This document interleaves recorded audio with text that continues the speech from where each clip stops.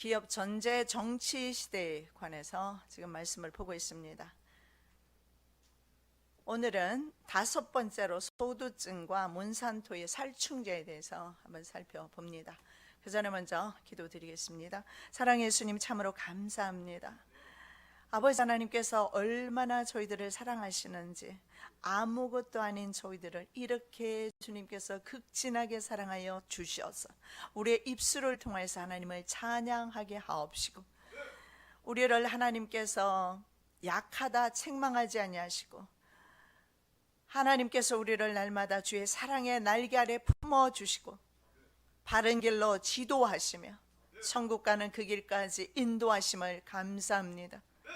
아버지 하나님, 이 시간에도 하나님의 말씀 가운데서 이 시대를 분별하기를 원합니다. 이 시간에 전하는 사람, 듣는 사람 하나 되게 하여 주시옵시고, 시대를 더 분별하는 저희들 되게 하여 주시옵소서. 거룩하신 예수 그리스도 이름으로 기도드립니다. 아멘. 소두증과 몬산토의 살충제, 이것도 역시 지난 작년입니다. 벌써 한 해가 지났네요. 경향신문에 난 것입니다. 소두증이라고 우리 신문지상에서 여러분 많이 보셨을 겁니다. 몬산토의 살충제와 무슨 관계가 있는지 살펴보겠는데, 경향신문에 난 것입니다. 브라질에서 유행했던 소두증의 원인이 지카 바이러스 때문이 아닌 다국적 기업 몬산토의 살충제 때문이다, 이렇게 나와 있습니다. 작년 2월에 브라질을 포함한 수많은 지역에서 소두증 신생아 출생이 급격하게 증가되었습니다. 그래서 사람들은 그것은 지카 바이러스라, 이 지카 바이러스는 뭐냐면 모기에 물려서 생겨나는 질병입니다. 감염성 질병입니다. 이것이. 그래서 그것 때문에 감염이 되었다.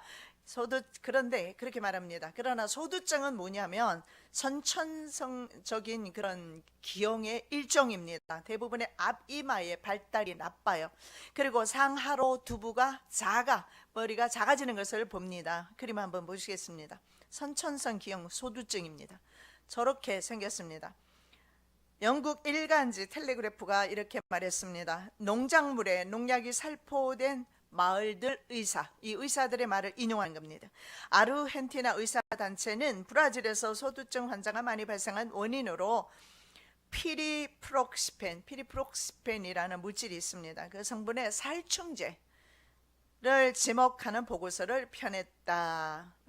그렇다면 이것은 지카 바이러스라는 모기를 통해서 전염되는 병이 아니라는 겁니다. 그렇다면 바로 이 살충제 때문이다. 산모가 모기에 의한 지카 바이러스에 감염된 것이 아니라는 거죠. 몬산토의 모기의 그 유충 성장 억제제가 바로 피리프록시펜입니다. 이것을 소두증이 가장 많이 지금 소두증이 증상이 나타나고 있는 그 지역의 상수도에 먹는 물에다가 살포를 했다고 합니다. 자, 그래서 브라질 정부가 지카 바이러스를 옮기는 모기의 개체수를 줄이기 위해서 이 지역에 몬산토 제품의 살충제를 대량 살포한 적이 있었습니다. 피리프록시펜은 몬산토의 제휴업체입니다. 바로 일본 스미토모 화학입니다. 거기에서 만든 화학 살충제입니다. 이 물질은 모기의 유충의 성장을 저해해주고요, 그리고 성장 능력을 손상시키는 효과가 있다고 합니다. 모기 잡으려다가 사람 잡는 것을 볼 수가 있습니다. 모기 없는 곳은 거의 없어요. 미국의 모기는 얼마나 큰지 몰라요. 하긴 미국에는 모든 것이 커요.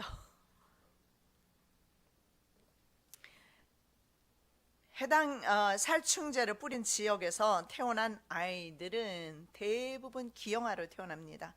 35%의 소두증 아이들이 발생한 지역이 있는데, 바로 페르남부쿠즈라는 곳인데, 브라질 보건부가 이곳의 저수지에 바로 피리프록시펜을 살포했습니다. 아르헨티나 의사단체는 지카 바이러스가 발견된 지 이미 수십 년이 지난 상태다. 그래서 수많은 임산부들이 감염된 적이 있었지만, 그러나 그들이 소두증 자녀, 저는 이상한 아이들을 생산하지는 않았다는 겁니다. 그래서 이것은 소두증이 지카 바이러스 때문이 아니다. 그래서 소두증과 지카 바이러스는 어떠한 인과관계가 없다, 이렇게 밝히고 있습니다. 브라질 정부는 2015년 10월부터 2016년 2월까지 보고된 소두증 의심 환자가 5,079명이라고 보고했습니다. 이 가운데 462명이 이미 확진 판정을 작년 이야기입니다. 받았죠. 의사단체는 스미토모 화학이 몬산토의 자회사이므로 몬산토가 이것을 책임져야 된다 이렇게 주장을 합니다. 일본 스미토모 그룹 계열의 종합 화학 제조 회사로서 일본의 그 화학 제조 회사로는 미쯔비시 케미컬 다음에 두 번째로 큰 회사입니다. 국민의 생명보다 기업의 이익이 우선인 그런 시대를 살고 있습니다. 그래서 우리는 시대를 분별하는 지혜가 필요합니다. 어떤 지역에서는 모기 잡는다고 화학제품 팔아먹어도 다른 지역에는 고병원성 AI가 확산되어서 계란 소비가 하필이면 구정 명절 전입니다. 그죠? 상관관계가 없을까요? 그래서 계란을 지금 수입해서 아마 이번에 엄청난 많은 계란들이 팔려 나갔을 겁니다. 매년 겨울철부터 다음해 봄까지 철새가 이동을 합니다. 이것은 해마다 철새는 남쪽을 향해서 가기 때문에 어쩔 수 없는 상황인데, 그러나 철새 이동을 이용한 세력이 있을 수 있다라고 생각을 하는데 검증되지는 않았습니다. 이것은 제 생각입니다. 그럴 가능성도 있다라는 거예요. 철새가 어느 지역으로 이동하는지 정도는 알고 있지 않습니까? 왜냐하면 과거에도 철새 이동은 항상 있어 왔습니다. 그렇다면 우리나라에 이미 옛날부터 사실은 이런 AI 고병원성 바이러스가 사실은 옛날부터 있어 와야 했습니다. 그런데 근대에 들어서 이런 일들이 현대에 들어서 있다는 사실을 볼 수가 있습니다. 아무것도 확인된 바는 없습니다만은, 그러나 종종 있잖아요. 정말 이 시대를 진실되게 전하는 매체를 통해서 그런 진실들이 종종 드러납니다. 확인할 길은 없지만 저는 세상은 믿을 수가 없다, 이렇게 저는 보고 있습니다. 자, 글로벌 기업과 그 몬산토의 장학생에 대해서 살펴보도록 하겠습니다. 몬산토는 광화문에 사무실을 두고 있습니다.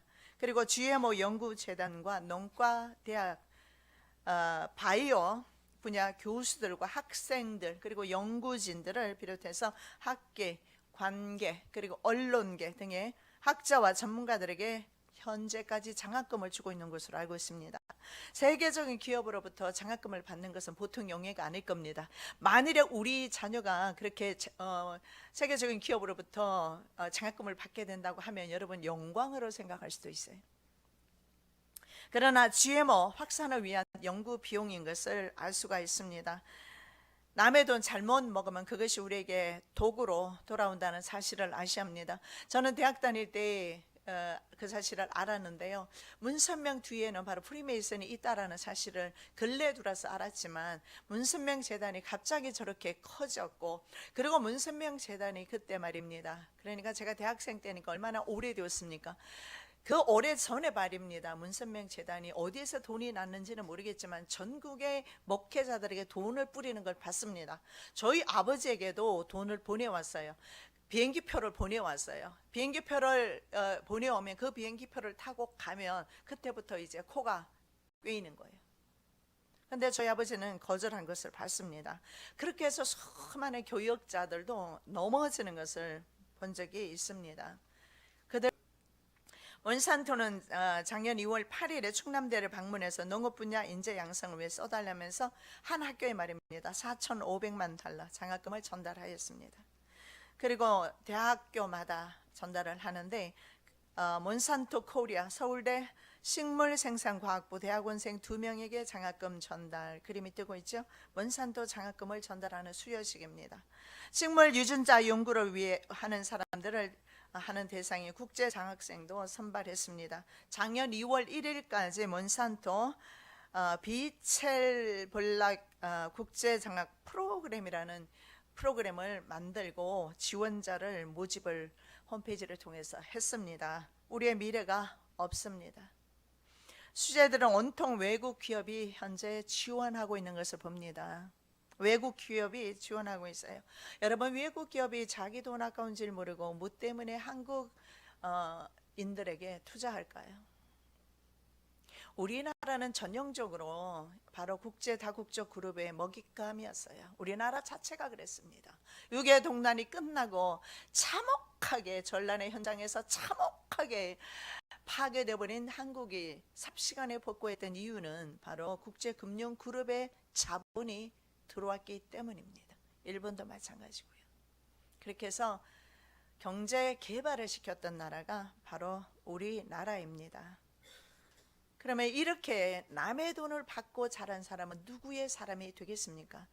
헨리 키신저가 키웠던 대학생 시절에 그를 키웠던 사람이 바로 오바마입니다. 대학생 때부터 그를 키웠고 계속 지원했다라는 것이 드러나고 있고, 전 세계는 기업과 정치가 한 통속이 되어 있는 것을 볼 수가 있습니다.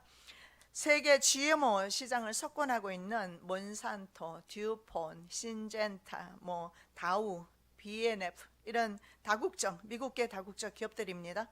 2차 세계대전 이후에 중동전 같은 국지전 외에는 세계대전이 없었습니다. 그래서 그들은 군사 무기를 판매해서 엄청난 많은 돈을 벌었는데, 그런 이제 돈을 벌지를 못한 겁니다. 거기에다가 2008년에 글로벌 그 금융 위기를 겪으면서 금융에 투자하는 것도 그들은 이익이 없고 위험성이 있다라는 사실을 발견하게 됩니다. 그래서 2008년 이후에 그들의 눈은 자연적으로 어디로 돌리게 되었느냐면 바로 농업 분야입니다. 그래서 자연스럽게 그들은 농업 분야, 특히 세계 식량을 장악하게 됩니다. 세계 인구가 폭등하면서 고기 수요가 4배나 늘었습니다. 고기 수요와 함께 곡물 수요도 이제 많아지게 됩니다. 이것은 사람들이 잘 살게 되니까 말이죠. 아무래도 고기 수요가 늘어나겠죠.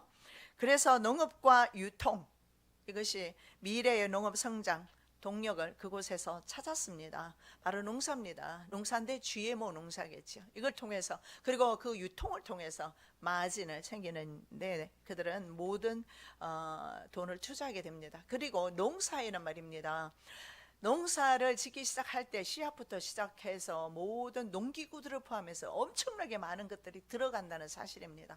제초제는 물론이고요. 여기에 이 사람들은 온갖 많은 돈을 다 투자를 했습니다. 그 이유가 뭐겠습니까? 여기서 남는 마진이 굉장히 많다라는 거죠. 이윤이 많습니다. 그래서 모든 분야에 그들이 손대지 않는 곳은 전혀 없고, 제가 농사를 짓는 분한테 직접 들었는데 그분이 그래요. 우리 것이 어디 있는가? 그분이 그런 말을 하더라고요. 모든 것이 다 외국 자본의 것임을 알 수가 있습니다. 그렇다면 외국 자본의 것을 사용한다는 것은 외국 자본에게 로열티를 우리는 물고 있다라는 사실을 볼 수가 있습니다. 거기다가 이 사람들은 이 생산뿐만 아니라 심지어는 얼마나 치사합니까? 인공 첨가물이죠. 거기까지 손을 댑니다. 그래서 가공식품, 여러분 이 가공식품이 전 세계적으로 얼마나 이게 지금 있잖아요. 세월이 흐를수록 가공식품이 사람들이 더 많이 먹습니다. 직접 해서 드시는 게 낫습니다, 여러분. 가공된 것들은요, 얼마나 많은 인공 조미료가 들어갑니까? 거기에 그들은요, 가공하면서 그들은 이익을 취하죠. 조미료를 팔아서 이익을 취하죠. 그래서 그 액상, 그 경비가 많이 드는 것이 뭐냐면은 약품이나 이런 인공 첨가물을 그 식품에다가도 넣지만 약품이나 그다음에 비타민 있지 않습니까? 이 비타민을 만들 때도 과일로 된 것, 과일로 재료가 과일로 된 그런 액상, 과당 이런 것을 사용해야 되는데 GMO 옥수수를 사용한다는 거죠. 그래서 GMO 옥수수에서 추출한 재료를 사용합니다. 과일에서 하면 돈이 많이 비싸게 드니까 이익 창출이 우선입니다. 심지어는 젖소에게 주는 성장 촉진제, 그리고 막걸리, 우리 애기들이 먹는 과자, 그리고 모든 우리가 사용하는 조미료, 이런 것들에게 들어가는 것이 있어. 아스파르테임이라는 것인데 여기에 이들이 손을 다 대고 있습니다. 이들의 손이 닿지 않는 곳이 없습니다. 그래서 이런 것의 모든 GMO는 100% GMO입니다. 그래서 조미료 같은 것은 직접 여러분이 만들어서 사용하는 게 좋아요.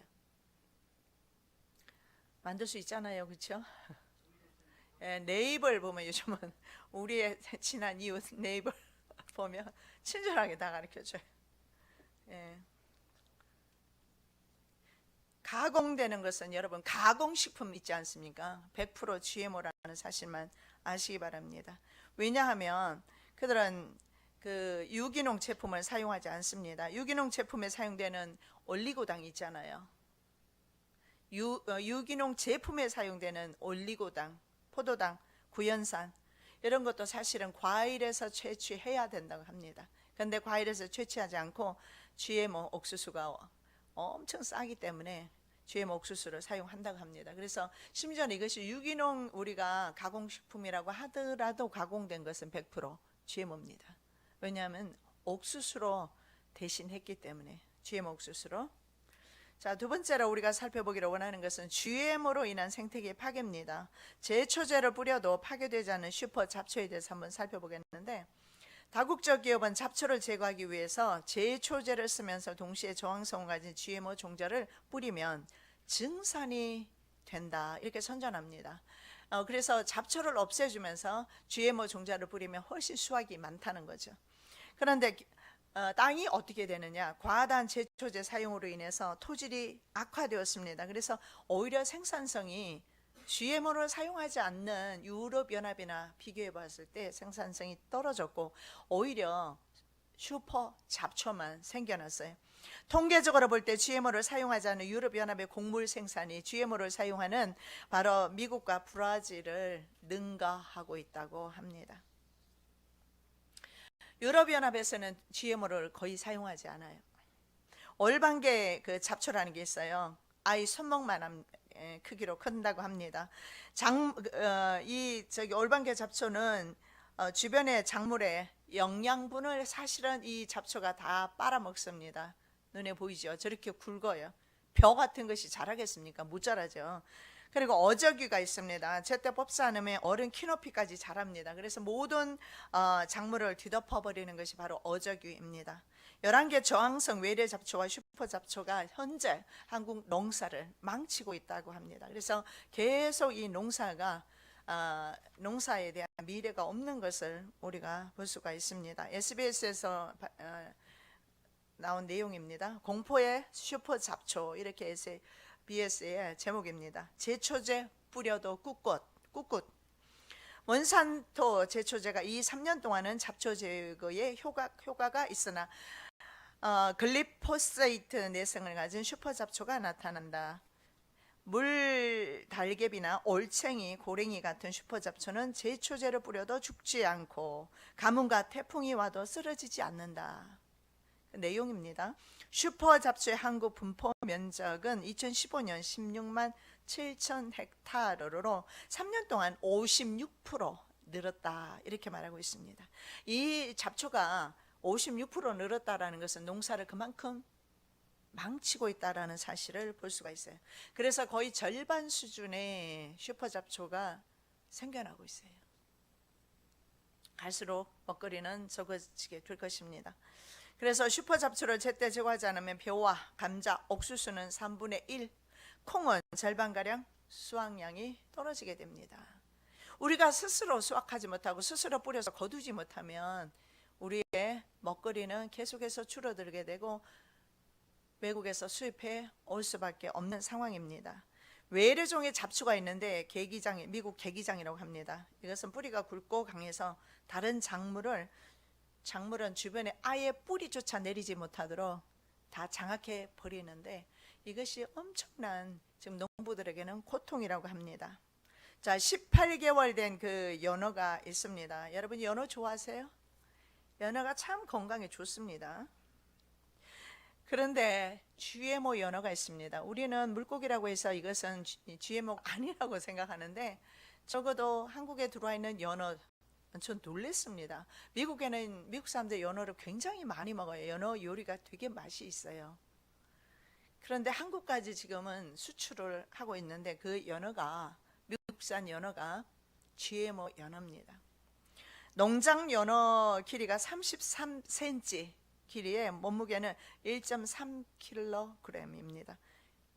그런데 대부분의 바다에서 잡은 것이 아닌 연어들, 그런 연어들은 GMO 연어들인데, GMO 연어들이 한번 생각을 해보십시오. 작은 것보다 크면 클수록 어떻게 했어요? 농장 연어가 33cm에 무게가 1.3kg이라고 합니다. 그러니까 바다에서 잡은 연어가 아니겠죠?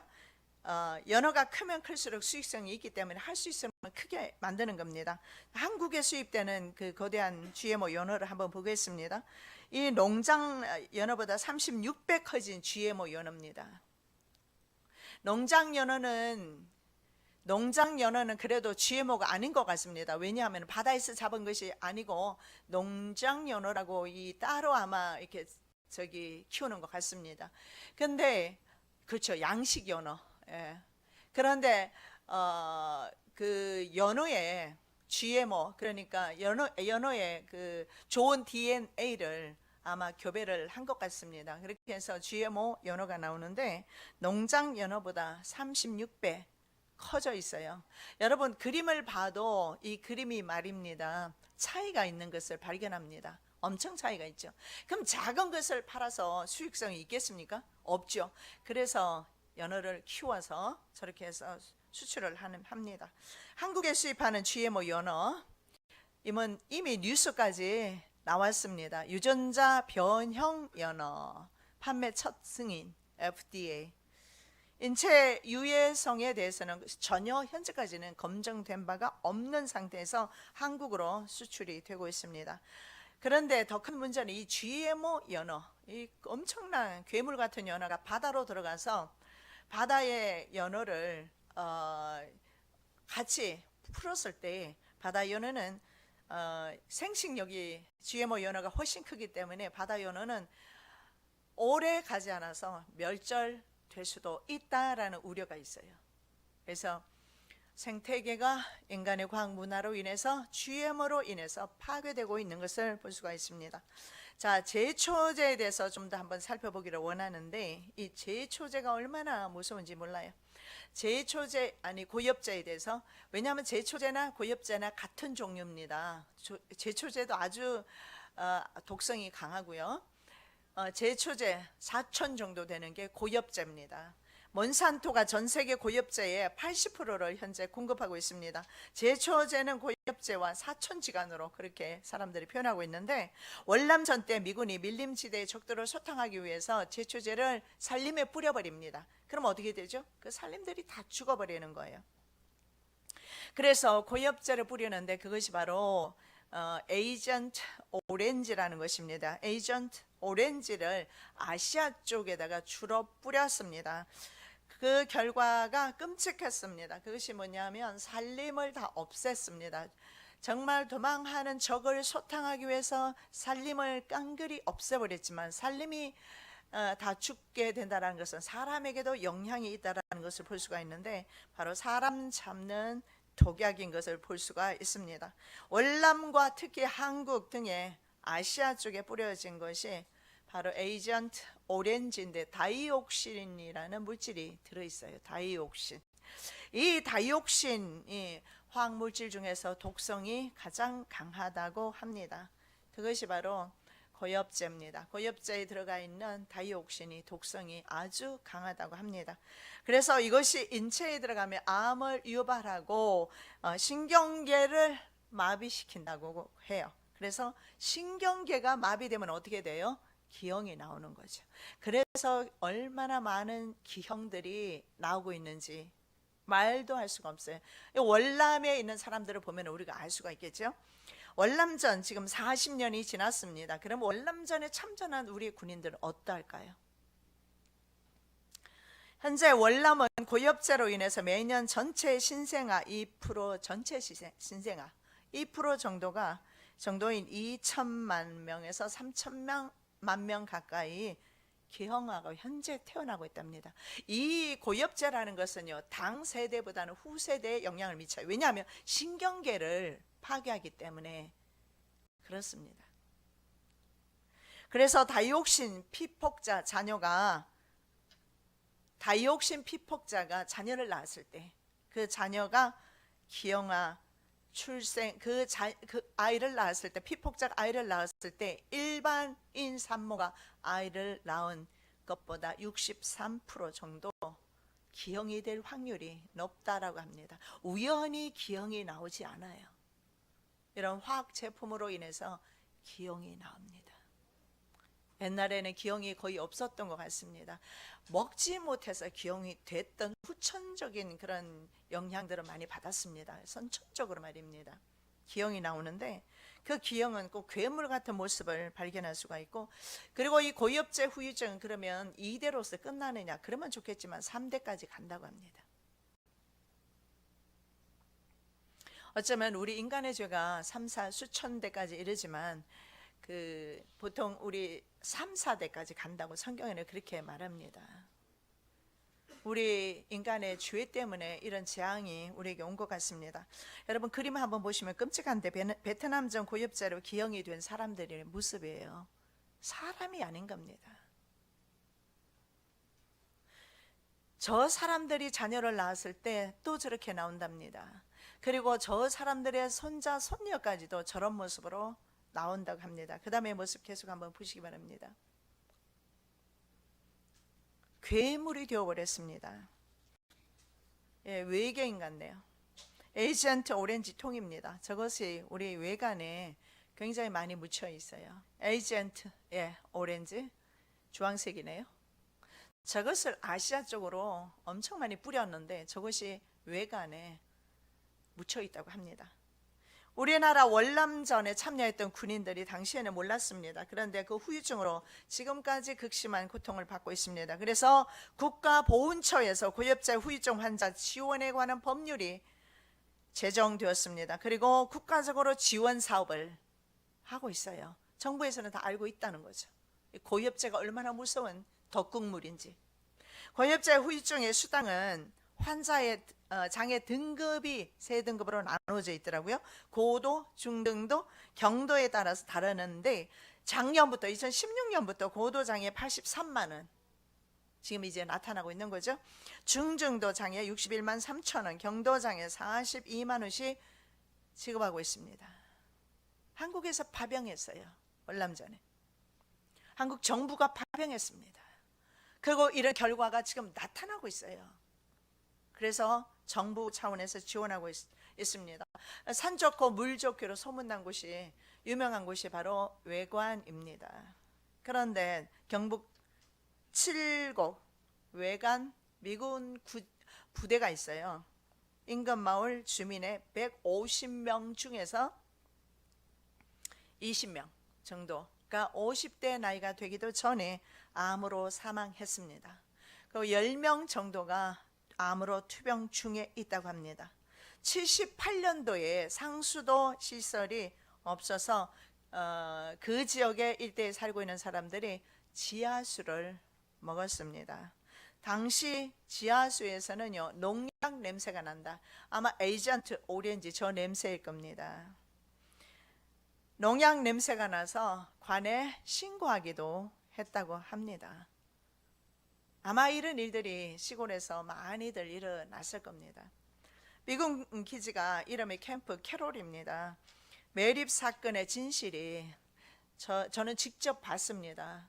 미군이 두 사람이 와서 그 진실을 지금이라도 드러내고 싶어서 찾아온 것을 뉴스에서 보고 제 책에도 기록을 해놨는데, 그 진실이 3사 방송국에서 특종으로 내보냈습니다. SBS 특종 보도로서 그 내막이 드러났는데, 미군 스티브 하우스라는 전 군인이었던 사람이 MBC와의 인터뷰에서 78년에 고엽제를 500에서 600 드럼통 정도를 묻었다. 저게 500에서 600개 정도 묻었다는 거죠. 그렇게 묻었는데 일반적으로 알려진 것에 한 2배 정도라고 합니다. 일반적으로 적게 묻은 것으로 알려져 있다고 하는데 실제적으로는 2배가 더 많이 묻혔다고 그렇게 말합니다. 그리고 같은 날에 KBS에서 9시 뉴스에서 그가 말을 했는데요. 고엽제보다 더 무서운 폐기물, 그 드럼통도 이후에 계속 묻었다.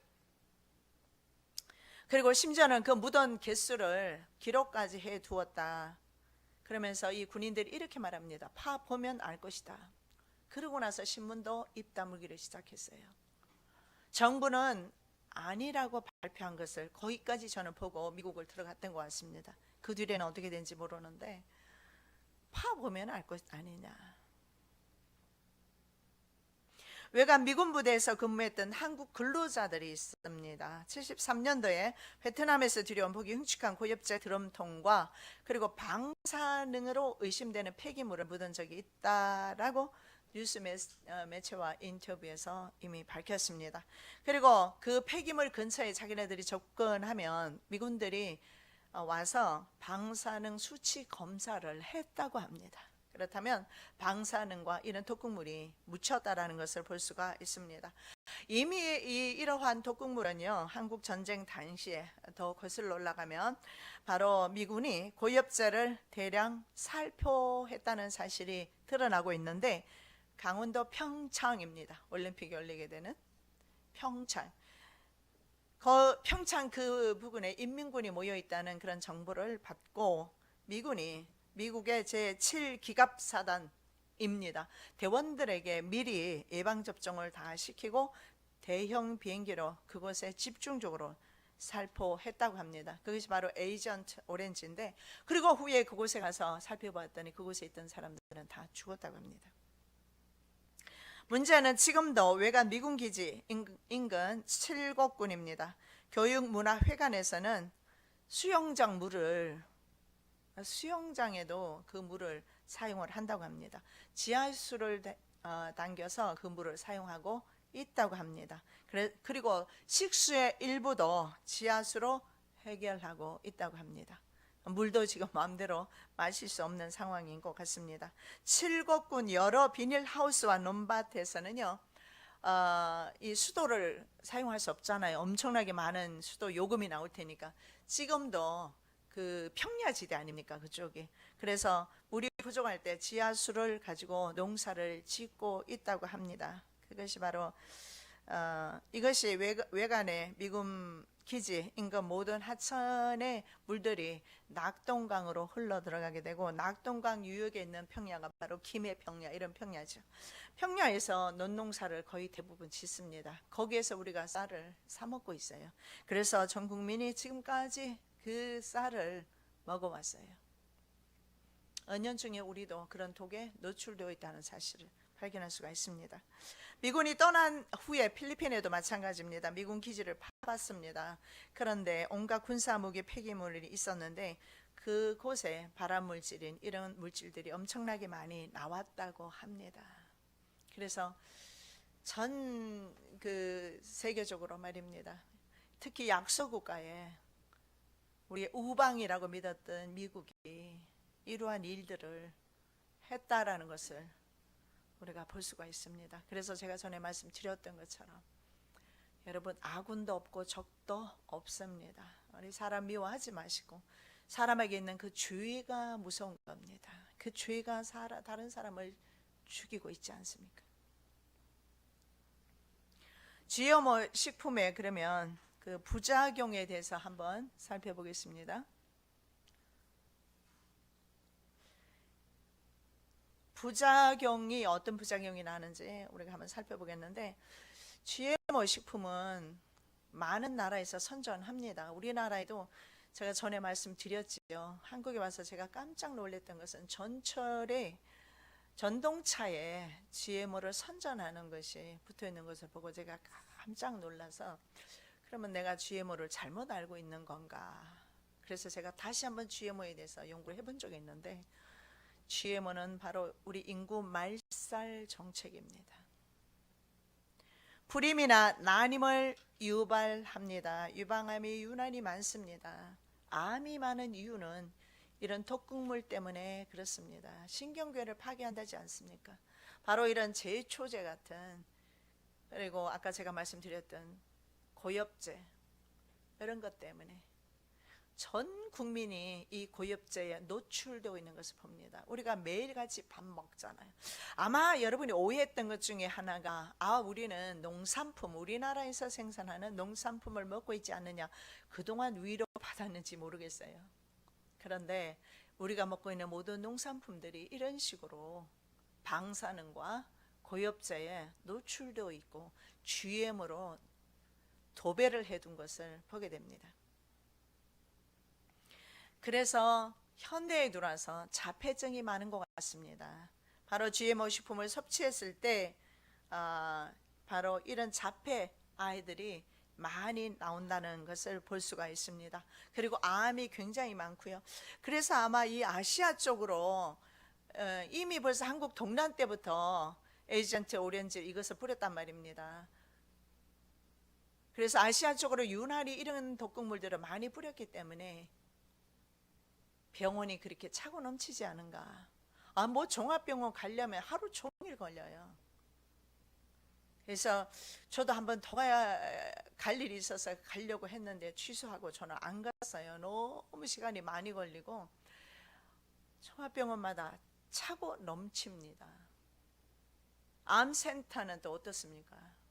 왜 그렇게 암에 걸린 사람이 많은지. 여러분, 이게 신명기 말씀의 예언의 성취입니다. 에스겔 말씀의 예언의 성취입니다. 눈이 썩어져 들어갈 것이고 우리의 몸이 썩어 들어가는 괴혈병이라고 그렇게 성경에는 말하고 있어요. 이 괴혈병이 마지막 때 나타나게 되는데, 이 썩어 들어가는 병이 암 아닙니까? 그리고 에이즈 아닙니까? 지금 에이즈와 암이 전 세계를 강타하고 있어요. 이래도 아직 주님 오실 때가 멀었습니까? 마지막 때 징조입니다. 동물 실험을 해봤습니다. 그런데 여성이 남성보다 훨씬 취약하고 여성을 공략하고 있어요. 마귀는 우리의 미래를 공략하고 있단 말입니다. 여성이 공략당한다는 것은 후세대가 공략당하는 것과 마찬가지입니다. 우리의 태어나지도 않을 미래조차 원수 마귀에게 공격당하고 있다는 사실입니다. 그런데 그것이 식품입니다. 음식을 통해서. 그래서 이 세대로 가면 자폐증과 불임증이 더 많이 오게 될 것이라고 합니다. 그래서 임신이 안 되니까, 불임이 되니까 체외 수정을 하는데, 체외 수정하면 5천만 원씩 든다고 하네요. 그 경비는 또 어떻습니까? 의사 알페드 푸츠타이라는 사람이 이렇게 말했습니다. 만약 유전자 조작 식품을 준다면 저는 분명히 먹지 않을 것이다. 이분은 유전자 GMO를 연구했던 박사입니다. 유전자 조작 식품을 나에게 준다면 나는 먹지 않는다는 거죠. 우리는 전에 먹지 않던 새로운 것을 음식 속에 넣고 있다. 이들이 면역계에 미치는 영향은 쉽게 예측하기 어렵다. 면역계를 공격함으로써 사람은 병원을 의지할 수밖에 없는 상황으로 갑니다. 면역력이 약해지는 거죠. 그래서 면역계에 미치는 영향은 쉽게 예측하기 어렵다. 예측 가능하다고 말하는 사람이 있다면 나와보십시오. 이분은 이렇게 말합니다. 이것이 면역계에 치명적이라는 사실을 말하고 있는 겁니다. 예측도 안 된 것들을 전 세계적으로 판매하고 먹고 있다라고 이분이 말하고 있어요. 그는 2년 동안 독성 연구를 위해서 쥐, 이런 동물들에게 몬산토 GMO 옥수수를 먹였다고 합니다. 2년 동안. 독성 연구죠. 그랬더니 간과 신장에 심각한 손상이 나타났습니다. 녹아내리는 거예요. 그리고 유방 종양과 같이 호르몬의 교란이 일어났다라고 이분은 논문을 발표합니다. 그리고 이분이 논문을 게재한 그 미국의 저널이 있지 않습니까? 몬산토 연구원이 편집위원으로 들어가더니 이분의 논문을 삭제해 버렸다고 합니다. 그리고 이분이 이런 유전자 그 조작에 대한 연구 발표를 한 뒤에 36년 동안 있었던 회사로부터 더 이상 고용되지 않았습니다. 해임당한 거죠. 프랑스 파리 대학입니다. 셀라리니 교수가 연구팀이 실험용 쥐 2,000마리에게 2년 동안 GMO 콩과 옥수수를 먹였더니 결과가 장이 비틀어지고 위장이 비틀어지고 2년 먹었어요.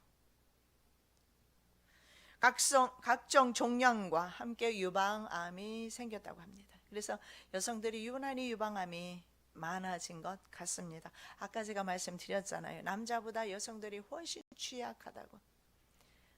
그래서 여성들이 유방암에 많이 걸리고 불임, 난임 이런 병이 생기는 겁니다. 피해를 받습니다. 수컷과 암컷의 비율이 어느 정도냐면 7대 3입니다. 그 정도로 2배가 넘는 그런 그 피해가 여성들에게, 암컷에게 생기는 것을 봅니다.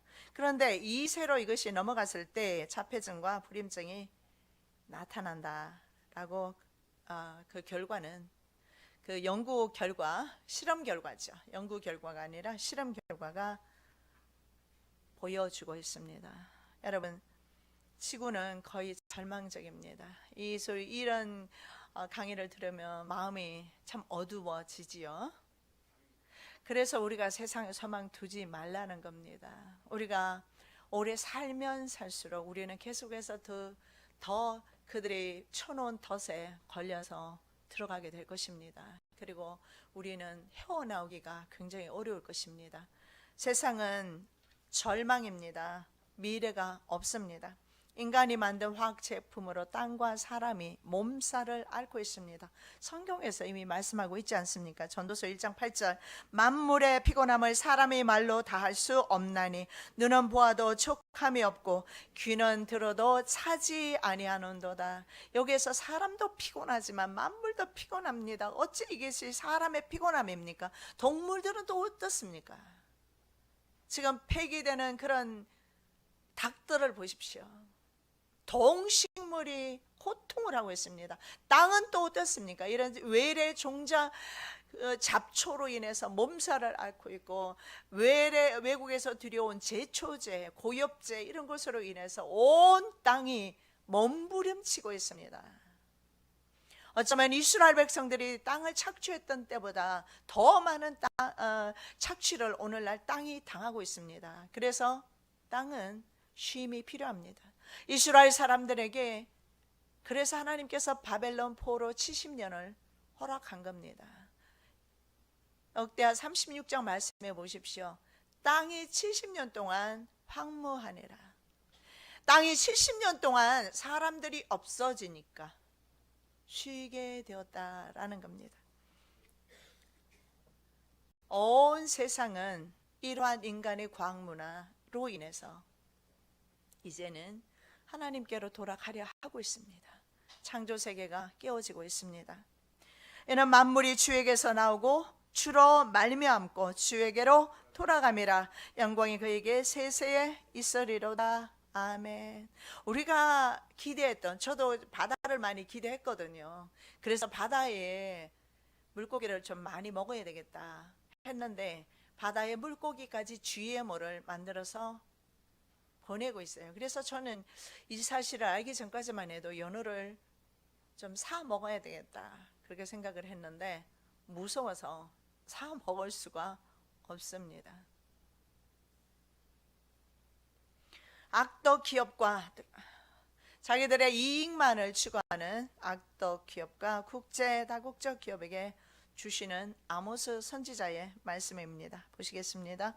주 여호와께서 또 내게 여름 실과 한 광주리를 보이시며 가라사대, 아모스야, 내가 무엇을 보느냐? 내가 가로되 여름 실과 한 광주리니이다 하며, 여호와께서 내게 이르시되, 내 백성 이스라엘의 끝에 이르렀은즉 내가 다시는 저를 용서치 아니하리라. 여름 실과 한 광주리, 끝물입니다. 이스라엘의 끝이라고 말씀하지만 저는 이것이 바로 이런 악덕 기업, 국제 다국적 그룹에게 주시는 하나님의 말씀, 내가 다시는 저를 용서치 아니하리라. 하나님께서는 저와 여러분을 구원하기를 기뻐하십니다. 그리고 주님께서는 신천신지를 그래서 예비해 놓고 있는 것 같습니다. 이 지구는 독으로 말미암아 몸살을 앓고 있기 때문에 더 이상 하나님의 창조하신 그 아름다운 동산이 아니기 때문에, 그래서 계시록 22장에 우리 사랑하는 성도들을 위하여, 주를 위하여 헌신하며 죽기까지 순종하는 하나님의 자녀들을 위하여 우리 하나님께서는 신천신지 새 예루살렘 성을 준비해 두셨습니다. 우리가 그날을 소망하면서 오늘도 우리가 믿음 가운데서 이 세대를 위하여 기도하면서 걸어가겠습니다. 사랑의 예수님, 감사합니다. 온 세상이 토그로 말미암아 오염되어 있음을 지금까지 살펴보았습니다. 우리 땅에 더 이상 미래가 없고 세상에 소망이 없음을 보게 됩니다. 우리가 세상에 소망 두지 않고 땅에 소망 두지 않고 이제는 하늘나라에 소망 두는 하나님의 거룩한 백성들 되게 하여 주시옵소서. 거룩하신 예수 그리스도 이름으로 기도드립니다. 아멘.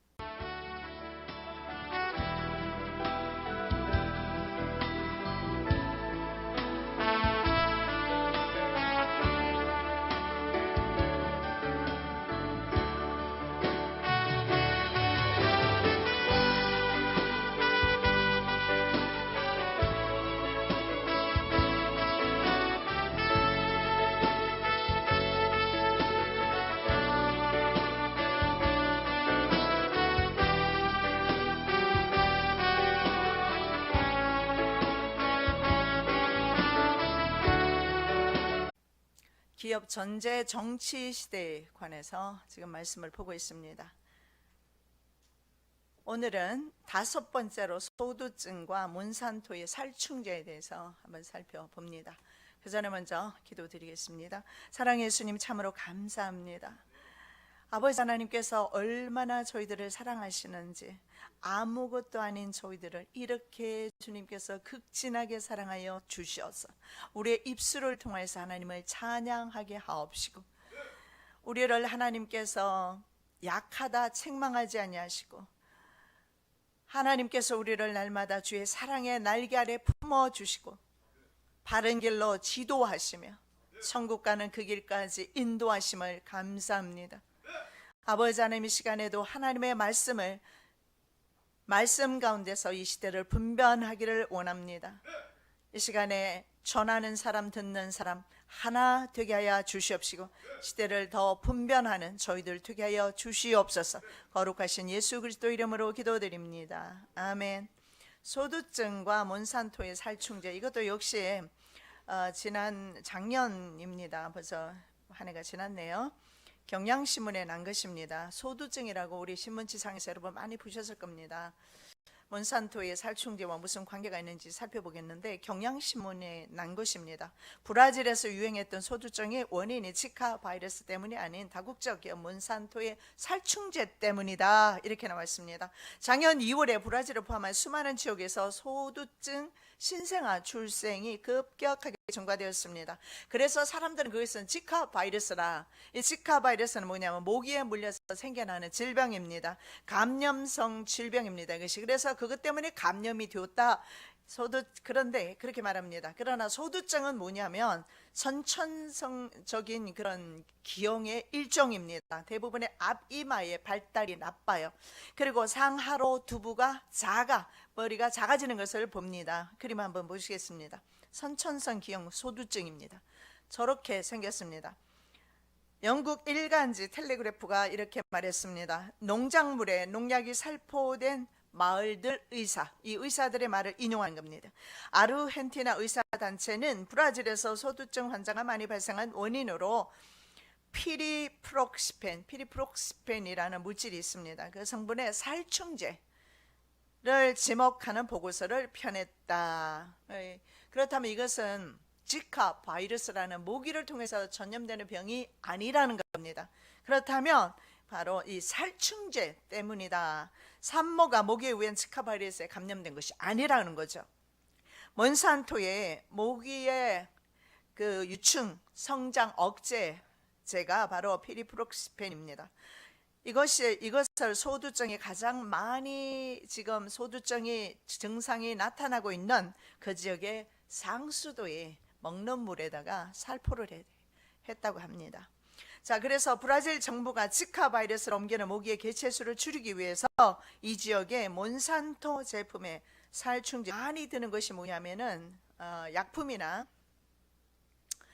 이런 인공 첨가물을 그 식품에다가도 넣지만 약품이나 그다음에 비타민 있지 않습니까?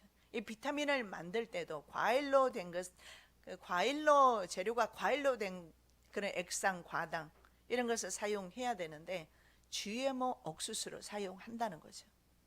그래서 GMO 옥수수에서 추출한 재료를 사용합니다. 과일에서 하면 돈이 많이 비싸게 드니까 이익 창출이 우선입니다. 심지어는 젖소에게 주는 성장 촉진제, 그리고 막걸리, 우리 애기들이 먹는 과자, 그리고 모든 우리가 사용하는 조미료 이런 것들에게 들어가는 것이 있어. 아스파르테임이라는 것인데 여기에 이들이 손을 다 대고 있습니다. 이들의 손이 닿지 않는 곳이 없습니다. 그래서 이런 것의 모든 GMO는 100% GMO입니다. 그래서 조미료 같은 것은 직접 여러분이 만들어서 사용하는 게 좋아요. 만들 수 있잖아요, 그렇죠? 네이버를 보면 요즘은 우리의 친한 이웃 네이버 보면 친절하게 다 가르쳐줘요. 가공되는 것은 여러분 가공식품 있지 않습니까? 100% GMO라는 사실만 아시기 바랍니다. 왜냐하면 그들은 그 유기농 제품을 사용하지 않습니다. 유기농 제품에 사용되는 올리고당이 있잖아요.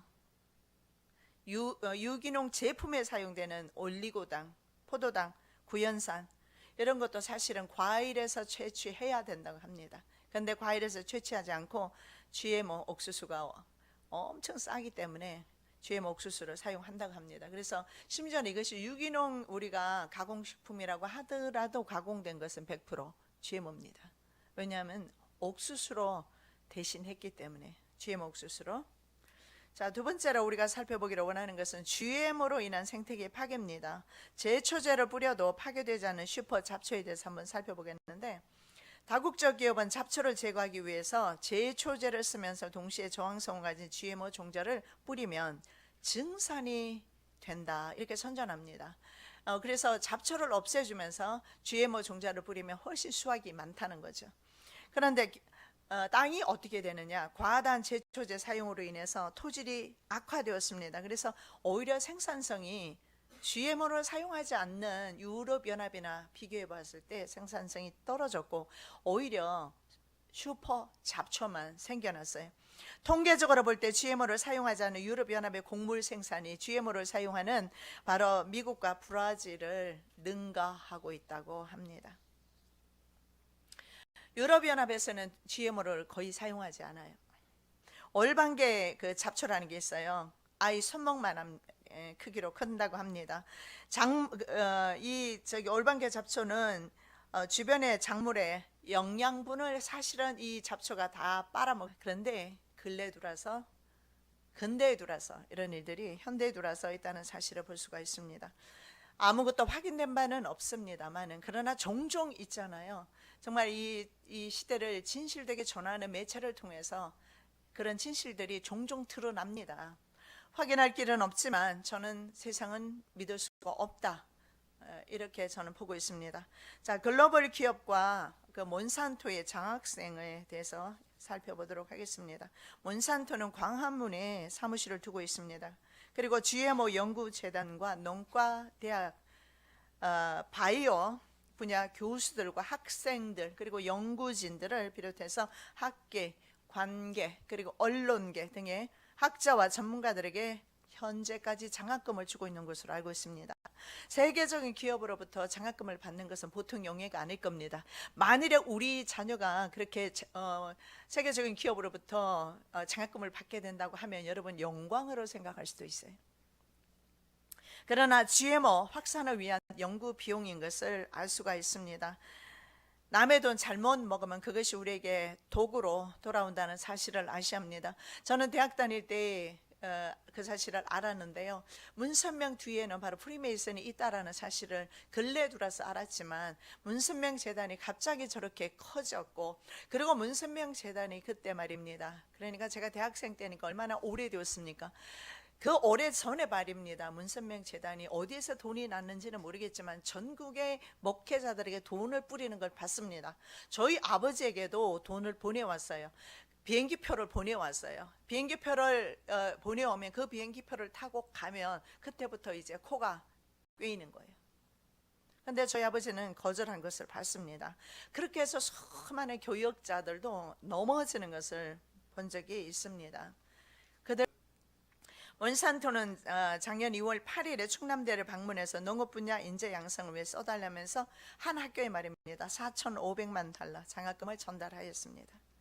그리고 대학교마다 전달을 하는데 몬산토 코리아 서울대 식물생산과학부 대학원생 2명에게 장학금 전달, 그림이 뜨고 있죠. 몬산토 장학금을 전달하는 수여식입니다. 식물 유전자 연구를 위해 하는 사람들을 하는 대상의 국제 장학생도 선발했습니다. 작년 2월 1일까지 몬산토 비첼 볼락 국제 장학 프로그램이라는 프로그램을 만들고 지원자를 모집을 홈페이지를 통해서 했습니다. 우리의 미래가 없습니다. 수재들은 온통 외국 기업이 현재 지원하고 있는 것을 봅니다. 외국 기업이 지원하고 있어요.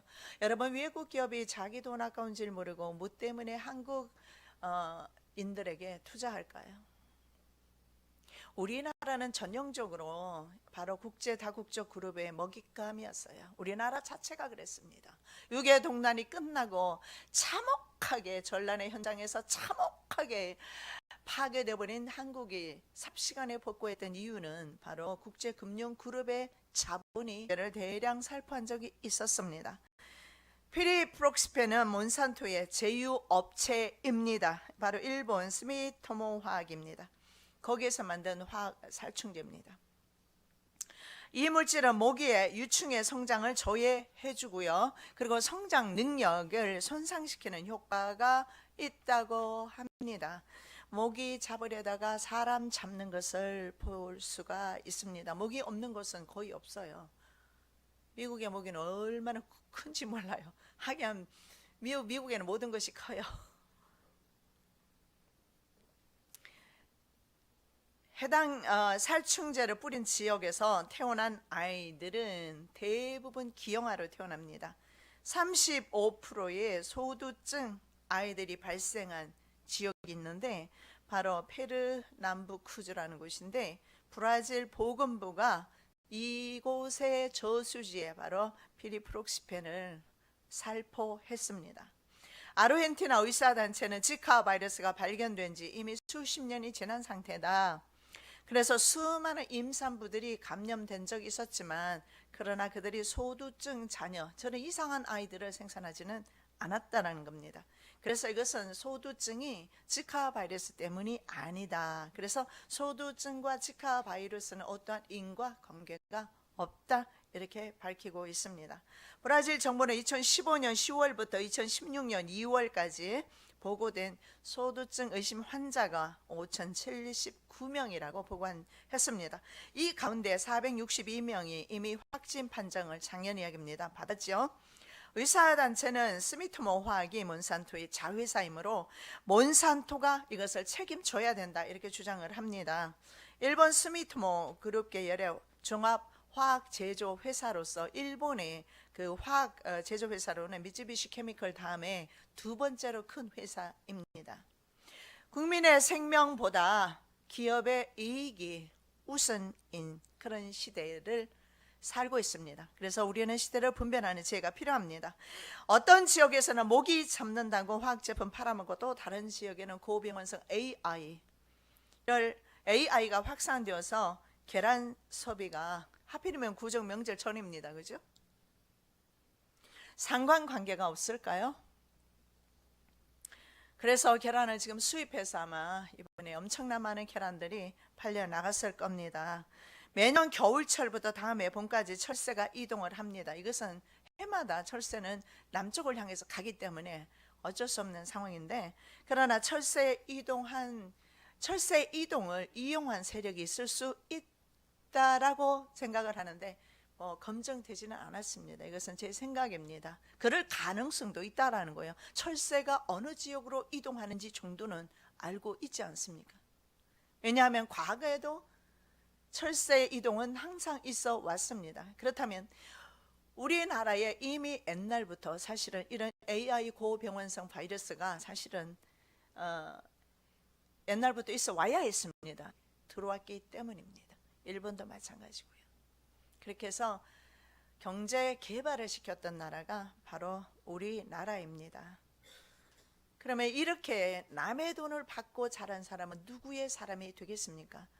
헨리 키신저가 키웠던 대학생 시절에 그를 키웠던 사람이 바로 오바마입니다. 대학생 때부터 그를 키웠고 계속 지원했다라는 것이 드러나고 있고, 전 세계는 기업과 정치가 한 통속이 되어 있는 것을 볼 수가 있습니다.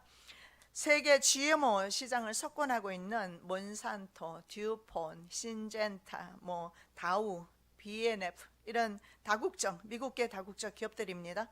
2차 세계대전 이후에 중동전 같은 국지전 외에는 세계대전이 없었습니다. 그래서 그들은 군사 무기를 판매해서 엄청난 많은 돈을 벌었는데, 그런 이제 돈을 벌지를 못한 겁니다. 거기에다가 2008년에 글로벌 금융 위기를 겪으면서 금융에 투자하는 것도 그들은 이익이 없고 위험성이 있다라는 사실을 발견하게 됩니다. 그래서 2008년 이후에 그들의 눈은 자연적으로 어디로 돌리게 되었느냐면 바로 농업 분야입니다.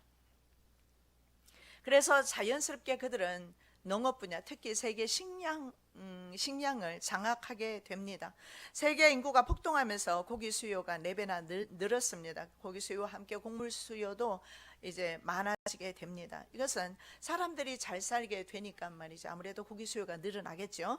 그래서 농업과 유통, 이것이 미래의 농업 성장 동력을 그곳에서 찾았습니다. 바로 농사입니다. 농사인데 GMO 농사겠죠. 이걸 통해서, 그리고 그 유통을 통해서 마진을 챙기는데 그들은 모든 돈을 투자하게 됩니다. 그리고 농사에는 말입니다, 농사를 짓기 시작할 때 씨앗부터 시작해서 모든 농기구들을 포함해서 엄청나게 많은 것들이 들어간다는 사실입니다.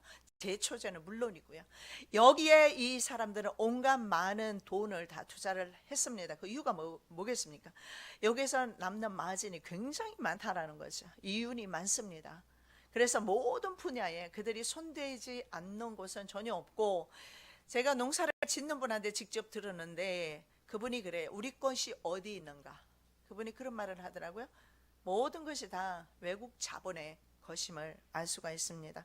그렇다면 외국 자본의 것을 사용한다는 것은 외국 자본에게 로열티를 우리는 물고 있다라는 사실을 볼 수가 있습니다.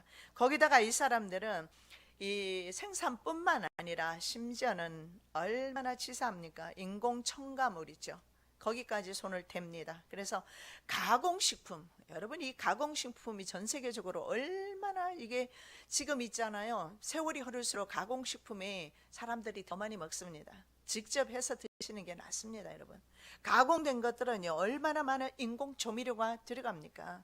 거기에 그들은요 가공하면서 그들은 이익을 취하죠.